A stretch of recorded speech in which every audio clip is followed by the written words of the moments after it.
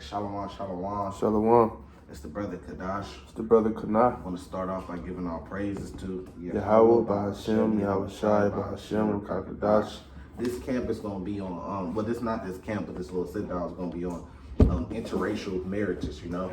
I was just scrolling through YouTube and I seen a video and the guy was saying interracial marriages is a sin. So that's what they were saying. So, you know, the Spirit got on me, you know, was just to make a video breaking it down. That it's not. It's completely not. And hopefully through these precepts we can give you to understand it. We're going to go straight to the law and do the monitoring, but then we're going to just paint you a picture that interracial marriages is not a sin by the Lord. I mean, just right off the top of our head, Moses had a wife from a different nation, right?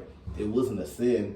And King Solomon did go off because he had a lot of wives and they turned his heart away from the Lord. But it wasn't a sin for him having wives from other nations. That wasn't a sin. You know, he had a lot of wives.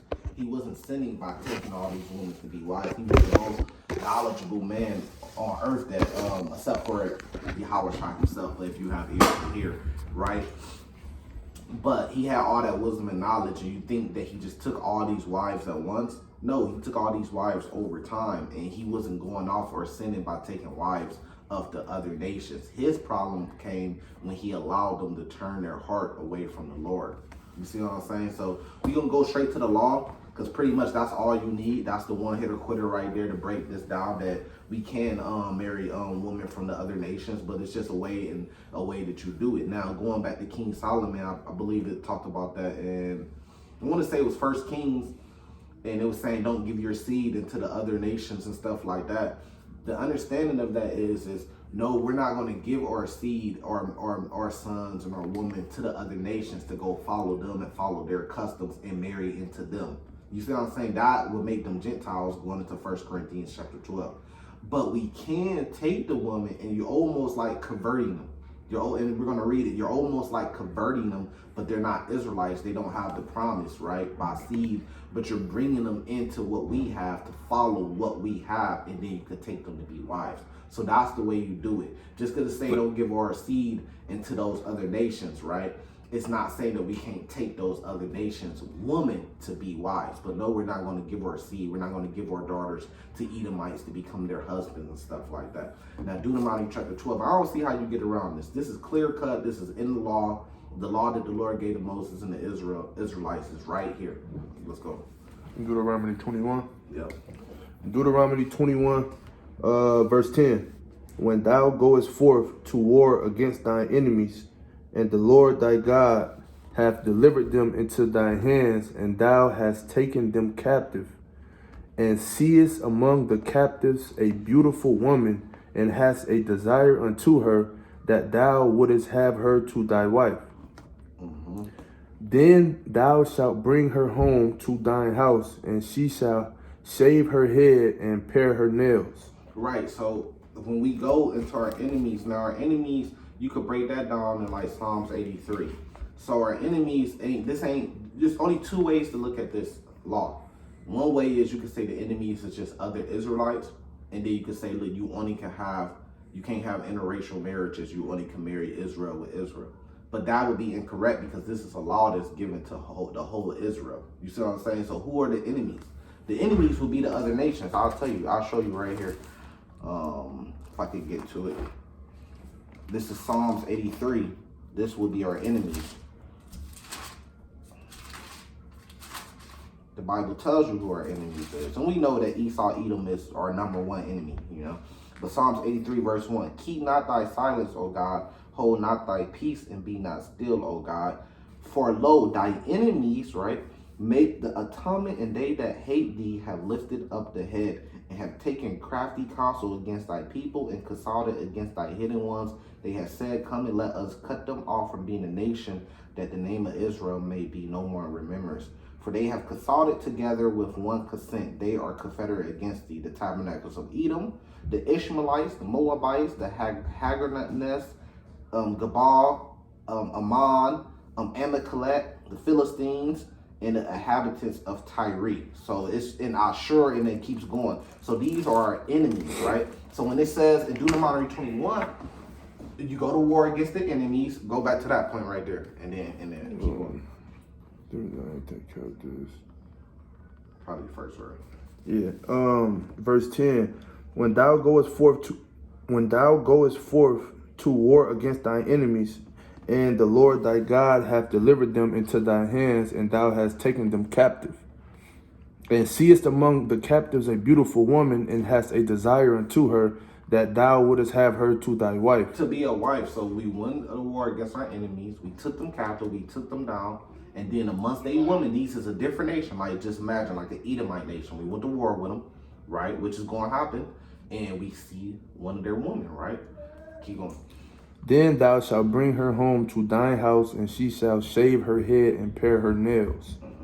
And she shall put the remnant of her captivity from off her, and shall remain in thine house, and bewail her father and her mother a full month. And after that thou shalt go in unto her, and be her husband. So what does it mean go into her? I mean, you're going to go in, you're going to pop her. You know what I mean? And then you're going to become her husband. So, I mean, is interracial marriage is a sin? Well, technically, nah, because it's just said in Deuteronomy 21. You know, you take them captive. If she had a husband and her husband got killed in war, so now she became a widow, and then you could take her back to your house. There's a certain way you have to do it, but she's in captivity. We ain't taking ourselves into captivity, man.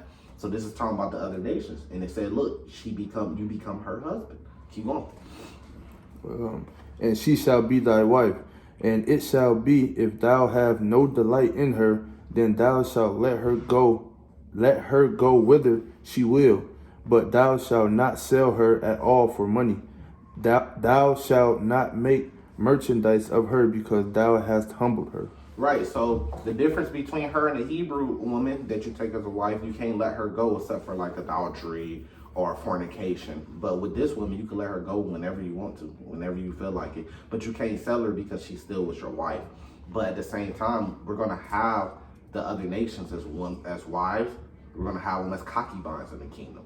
Because even when you go back to Deuteronomy chapter 30, that was a curse that was put on us. Going back to Deuteronomy 28, now going back to Deuteronomy chapter 30, it says the curses that was put on us is going to be put on our enemies. So the same way during slavery, they was popping our woman. They took us in slavery. They was taking our woman, getting them pregnant, sending them back to the villages where we was at the slave quarters, and they come back pregnant by master. They're going to go through those same curses. So who's going to put them through those curses? The Israelites. We're going to take them in captivity, and then we're going to pop their women too. So yes, I mean, all signs and all roads lead to us being able to deal with women from different nations. It's just the way you do it. You can't deal with them and let them take your heart away from the Lord. If she's trying to do that, then you got to get rid of her. You see what I'm saying? Just like what the whole story with King Solomon. Now this is Zechariah 14. But the understanding is that the Israelites weren't going to go to war with all the other nations. Because, and I'm not going to get it, but in Daniel chapter 7, it said, the saints of the Most High shall take the kingdom of heaven. So, and then in Obadiah 1, it says that the house of Israel, house of Judah, or roughly paraphrasing, is going to be a fire and a flame, and the house of Esau will stumble. So the Israelites are going to stand up and they're going to fight, and then the elect is going to get that power, and they're going to come back and put all the other nations into captivity. You read about that in Psalms, 49? Psalms 149, you read about that, us binding their kings and stuff like that. So when we do that, just like you go back to the law of Deuteronomy 21, we're going to be able to take the woman that we desire, that we see amongst the captives, we're going to be able to take them for wives.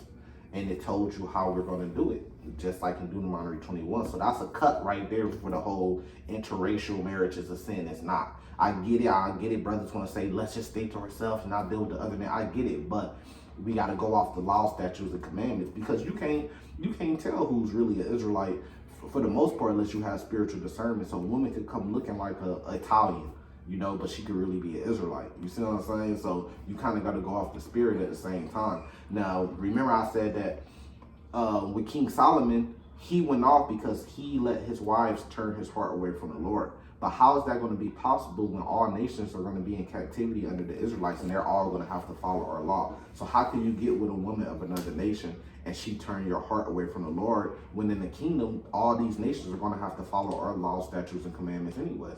So where is she going to be able to turn your heart away from when she's going to have to follow the law, statutes, and commandments? The same way in Esau kingdom, we have to follow their laws. The only reason why you're out on the highways and byways teaching, because Esau has his laws set up that allow you to go out on the highways and byways and teach. Esau could come out tomorrow and say, nobody else teach on the highways and byways, and that's going to be the famine of the word. None of us is going to be out on the highways and byways. Yeah. So the same way we have, yeah, go ahead. Yeah, and in the kingdom, we're going to be made perfect, so ain't going to be no such thing as going off. Yeah. So it ain't going to be no such thing as another woman coming in and, you know, changing our hearts and making us follow their customs or nothing like that. So it's not going to be possible in the kingdom. It's not going to be possible. So we're going to have these other women as concubines, as wives, you know, of the other nations. This is Zechariah 14. I want to get straight to the point. Verse 14 is always good. It says, and Judah also shall fight at Jerusalem, and the wealth of all the heathen round about shall be gathered together, gold and silver and a pure and great abundance. So we're going to take the wealth of all these other nations. We're going to take the gold, the silver, and there's precepts that speak about that. Matter of fact, get that right there since we're on verse 14. Well, Isaiah 60. Yeah, get Isaiah chapter 60. Because it says, look, and Judah shall also fight at Jerusalem, and the wealth of all the heathen round about shall be gathered together, gold and silver and pure and great abundance. So we're going to take all their wealth. But true wealth, like the Apostle Paul always say, true wealth is slaves.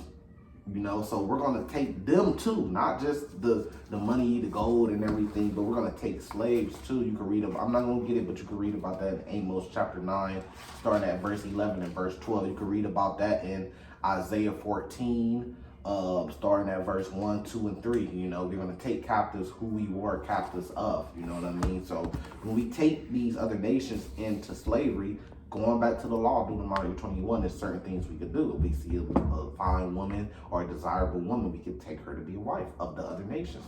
So you can't say interracial marriage is a sin. It don't say that, you know. You got that? Yep. Yeah, go on, man. Isaiah 60, verse 9. Surely the isles shall wait for me, and the ships of Tarshish first, to bring thy sons from far, their silver and their gold with them, unto the name of the Lord thy God, and to the Holy One of Israel, because he hath glorified thee. Not spiritual. What did it just say in Zechariah 14? It says we're going to take all the gold. So it's saying, look, our sons, and when we get in the kingdom, you're going to have the elect there, and then you're going to have the rest of the Israelites, and then you're going to have a thing called reincarnation, regeneration. The Israelites, the 2/3 that died are going to be reborn back in the kingdom. And then you're going to have our sons and our daughters coming from far. The elect is going to come from Mystery Babylon, America. But there's going to be Israelites that's going to still make it outside of America. And they're going to come back to the land. They're going to join us. You see what I'm saying? So, and then the Lord said he's going to send the angels to gather us from wherever we be scattered. That's in Matthew 24 and that's in Deuteronomy 30. So there's going to be the Israelites coming back, and we're going to come back with all the gold and the silver. It's same thing happened in Egypt during the first Exodus. You know, when the Lord saved us out of that place, we took all the gold and all the silver out of Egypt. That's how they were able to make the golden calf and everything, because they had that gold and stuff like that when they went out. So they took the wealth of everything when they went out. Keep going. Verse 10. And the sons of strangers shall build up thy walls, and their kings shall minister unto thee. For in the wrath I smote thee, but in the favor have I had mercy on thee. Verse 11, therefore thy gates shall be open continually. They shall not be shut day nor night, that men may bring unto thee the forces of the Gentiles, and that their kings may be brought. Right, so it's saying, it's just showing you captivity. They're going to be in captivity and subjection to the Israelites. We're going to have our gates open, but our gates are open for a special reason. Keep going. Verse 12, for the nation and kingdom that will not serve thee shall perish. Yea, those nations shall be utterly wasted. The glory of Lebanon shall come unto thee. Right there. Hold it right there. That's cool. So it's saying that, look, they're going to be in captivity. They're going to have to serve us. If they don't want to serve us, they're going to perish. So it's breaking down the same thing Deuteronomy 21 said. When you take them captive, if you see a woman that's among them, you could take her to be a wife. It's just that simple. Now back in Zechariah 14, and I'm going to jump down straight to the point. Verse 16, and it shall come to pass that everyone that is left of all the nations, right, which came up against Jerusalem should even go up from year to year to worship the King and the Lord of hosts and to keep the Feast of Tabernacles. Why? Because they're going to have to follow our law, statutes, and commandments. And they're going to be punished if they don't. And did the Lord say we're going to be a nation of kings and priests? So we're a nation of priests. Jeremiah 31, starting at verse 31, the new covenant says that we're not going to have to teach each other no more because we're going to be made perfect. So who are we going to be priests to? Who are we going to teach? We're going to have to teach the other nations. You see what I'm saying? So we're going to have control over the world. We're going to rule the world, and we're going to teach these other nations how to live on the earth by the law, statutes, and commandments.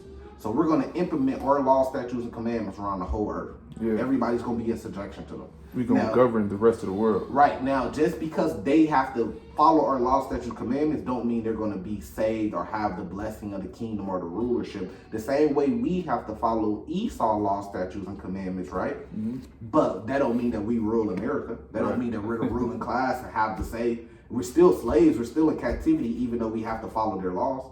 You see what I'm saying? So you can't say, well, look, they're worshiping the king and they're following the Feast of Tabernacles. That means that they're going to become Israelites. No, it don't mean that. You gotta. Most of us grew up following Christmas, but you can't go if the street say 70 miles per hour. You could go 80, but if you get caught, you're gonna get punished. You see what I'm saying? So we have to follow their laws. They're gonna have to follow our laws, and our laws happen to be the law, statutes, and commandments. It says, but see, the difference is, and this is the difference. They can be punished. We're gonna be perfect, so we're not gonna be punished in the kingdom. It says, and it shall be that whoso would not come up of all the families of the earth into Jerusalem to worship the King, the Lord of hosts, even upon them should be no rain. And if the family of Egypt go not up and come not, that have no rain, there should be the plague wherewith the Lord will smite the heathen, the Israelites. No, he said the heathen that come not up to the Feast of Tabernacles. So they gonna still be plagued by the Lord. They gonna have the curses on them, because the curses are going to get switched off us and put on them. And a part of those curses was them having our woman in their hands to do whatever they want to do. And we had no might in our hands to stop it. It says in Deuteronomy 28, here, let me jump to it since I keep mentioning it. Because I want to prove the point. The curse of them having our woman, they going to have that same curse on them. Of us, we gonna have them woman. This is Deuteronomy 28. I want to say just straight to the point. Verse 30. This is very grievous, man. It says, "Thou shalt betroth a wife." Thou shalt what? Betroth a wife. It says, "And another man shall lie with her." That happened in slavery. So this is Deuteronomy 28, starting at verse 30. So if they have to drink of the same cup we drank of, but double, going to Jeremiah 49, then the same way they were able to lay with our wives, then we're going to lay with them, theirs. But we will do it in a holy way, because we're just going to take their woman before they're even married or betrothed to the Edomite man. So we're going to take them, and we're going to be at an interracial marriage, so-called. It says, "Thou shalt build a house, and thou shalt not dwell therein. Thou shalt plant a vineyard, and shalt not gather the grapes thereof.